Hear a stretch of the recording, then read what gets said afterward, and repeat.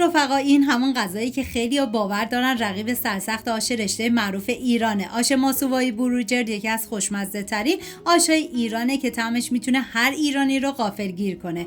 میخوایم بدونی چرا خیلی‌ها میگن این آش حتی از آش رشته ایرانی هم خوشمزه تره؟ تا آخر ویدیو همراه من باش.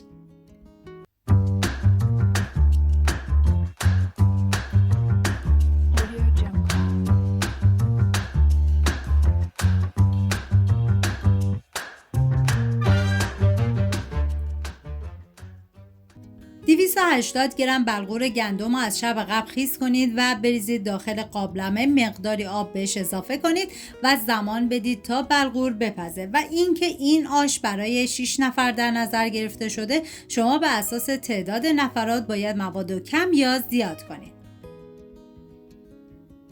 200 گرم نخود از شب قبل خیس کنید و چندین مرتبه آبش رو عوض کنید. و اینکه من اندازه های دقیقم داخل دیسکریپشن نوشتم. مقداری آب بریزید و بذارید تا نخود بپزه. و بهتون پیشنهاد میکنم دست به کار بشین این آش رو درست کنید که واقعا فوق العاده بود. توی این هوای سردم حسابی میچسبه. این آش هرچی پیاز داغش بیشتر باشه فوق العاده خوشمزه تر میشه. 5 عدد پیاز رو به صورت اسلایسی ریز کنیم و همین اول ویدیو هم میگم دم بروجردیای عزیزمون گرم با این آش فوق العاده خوشمزه شون. واقعا عالی بود. 6 حبه سیر نیاز داریم که طبق ویدیو ریز کنید.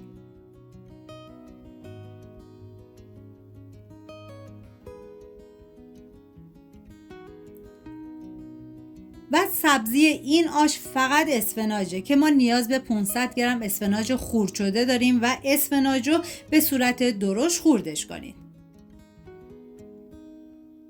حالا این مواد آماده کردیم میذاریم کنار. داخل تابه من مقداری روغن سرخ کردنی ریختم و بعد از اینکه داغ شد پیازایی که ریز کرده بودم و بهش اضافه میکنم.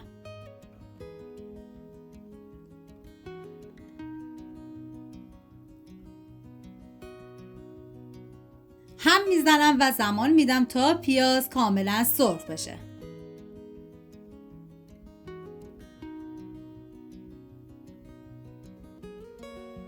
بعد از اینکه پیاز سرخ شد نوبت اضافه کردن ادویه هست، شامل زردچوبه، فلفل سیاه و نمک و پودر تخم گشنیز. ببینید تو رسیپی اصلیش پودر تخم گشنیز نبود و پس قابل حذفه.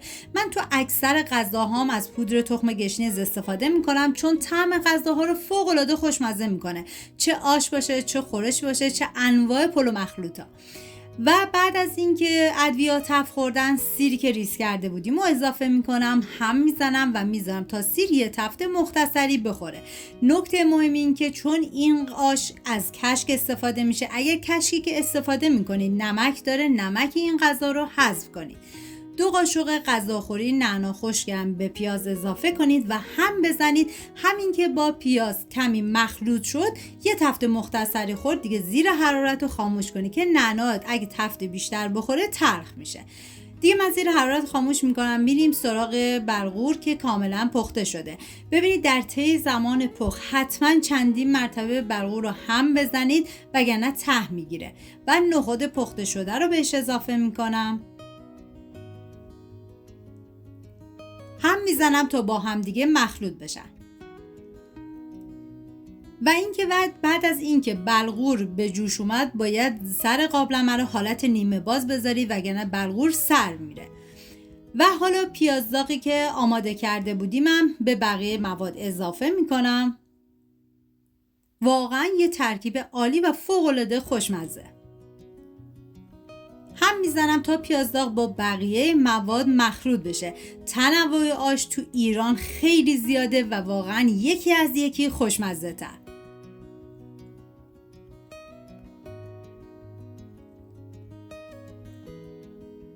اسفناج خرد شده رو اضافه میکنم.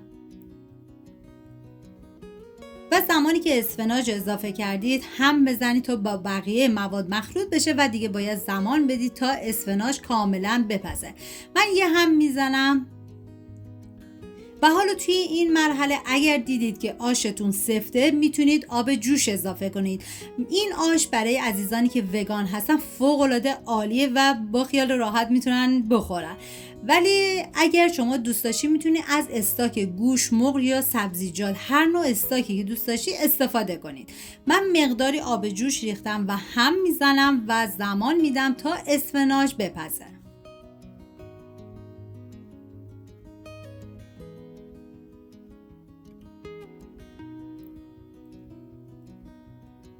بعد از اینکه اسفناج پخت دوباره یه هم میزنم و باید 10 قاشق غذاخوری کشک رو بریزید داخل یه ظرف و آب بهش اضافه کنید تا کاملا رقیق بشه که در آخر 2 لیوان کشک رقیق شده ما نیاز داریم. زمانی که کشک رو اضافه کردید سریع هم بزنید که کشک بریده نشه و بعد از اون بذارید به مدت نیم ساعت دیگه این آش بپزه و بعد از اون آماده است.